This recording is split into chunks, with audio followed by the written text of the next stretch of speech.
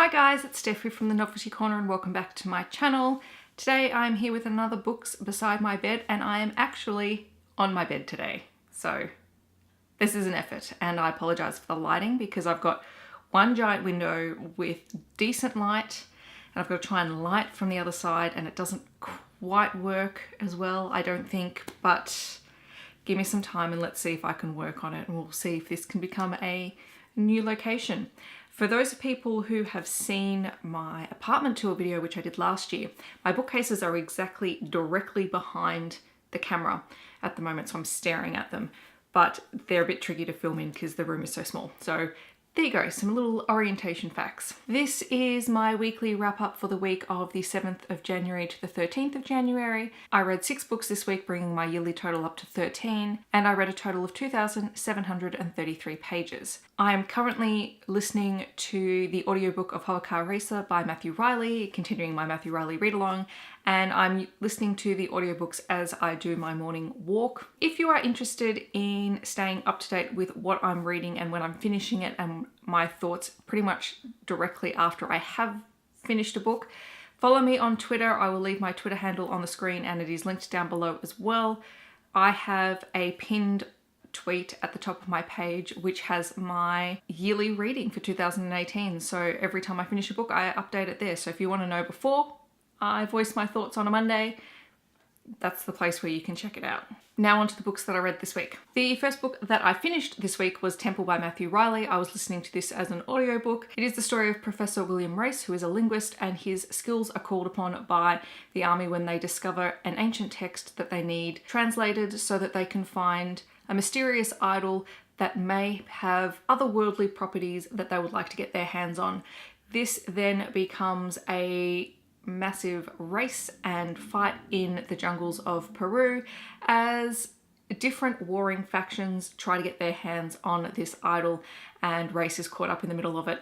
I love this book. This was one of the first 3 Matthew Reilly books I ever read. I gave it 5 out of 5 stars. I think it was originally published in 1999 by Pan Macmillan and it is just a thrill ride from start to finish, like all of his books, and I highly recommend it if you like your action movies. The second book I finished was Ice Station by Matthew Reilly, and this was the one reread that I really wanted to get to in January, and I'm so glad that I did. I now have a tabbed one. You'll notice that it's primarily green and yellow. That's because there's a lot of things that happen in this book, and green is my plot points and twists and all that sort of stuff thing, and this has tons of them.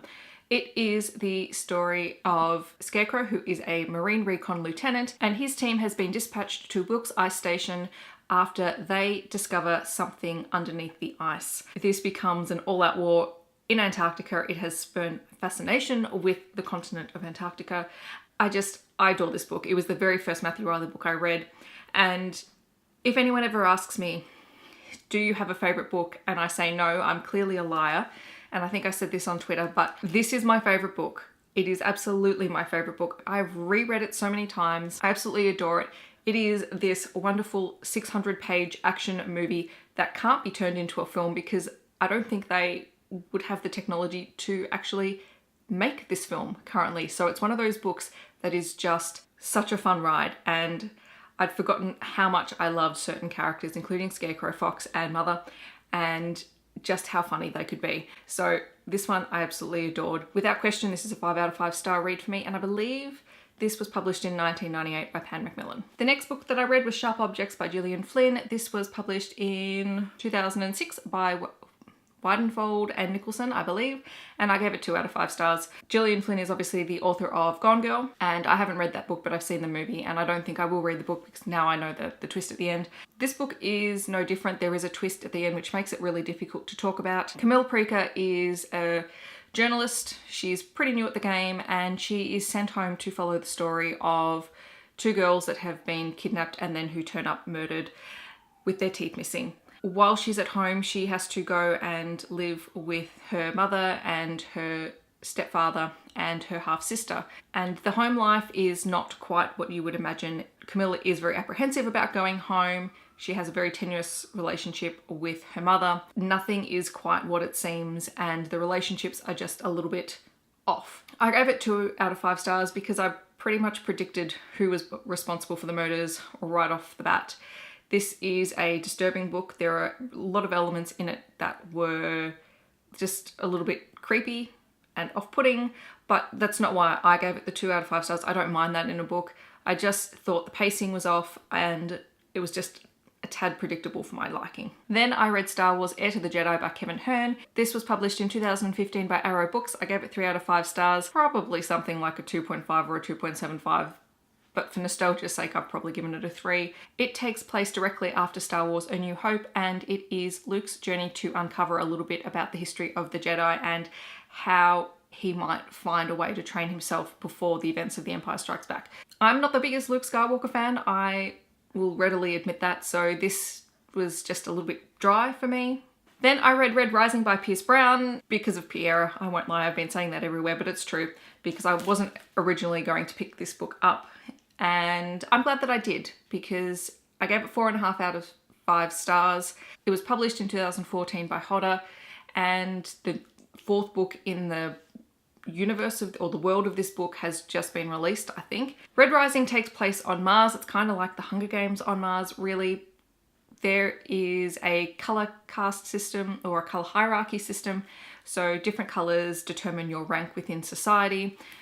The low reds are basically slaves toiling underneath the ground on Mars, unaware that above them there is a society flourishing, and they're not part of it until one young miner, Darrow, is given the opportunity to become a spy, and he is transformed into a gold and sent off to school with these golds, who are the top tier people in the society. It is basically a training school that will either break or raise these students up into future leadership positions within their society on Mars. In his position, Darrow is perfectly poised to infiltrate and hopefully influence this society. There was a lot of blood, there was a lot of betrayal, there were a lot of battles, and I love all that sort of stuff. It was a little bit slow. There is a lot of world building and a lot of stuff that you need to know in order to get through this book, but it was a really interesting read. I can definitely see that this is a setup book, and I would like to pick up the next 2 books in this trilogy, the first trilogy, to see what they do with that information. The last book that I read this week was The Rook by Daniel O'Malley. This book was published in 2012 by HarperCollins, and I gave it 4 out of 5 stars.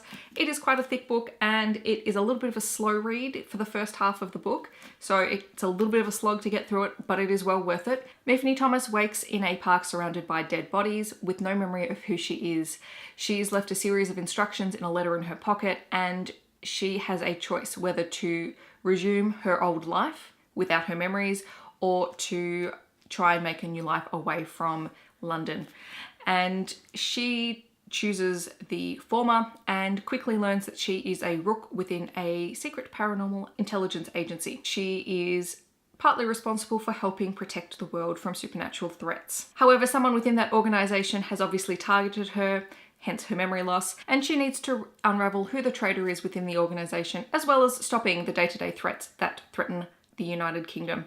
This book is just super fun. There are a whole lot of supernatural creatures, as well as sort of these created man-made monsters, which was really cool. It is full of really dry humor, which I really appreciated. A lot of the information that we and Miffany get is told through a series of letters and files left by the previous inhabitant or personality of Miffany's body, and she is trying to piece together this life that she doesn't really understand, and she sort of has to work her way through it, and she does so quite successfully. But what I loved is just how fun this book was. It was a really great read. So these are my reads for this week. I'm pretty excited.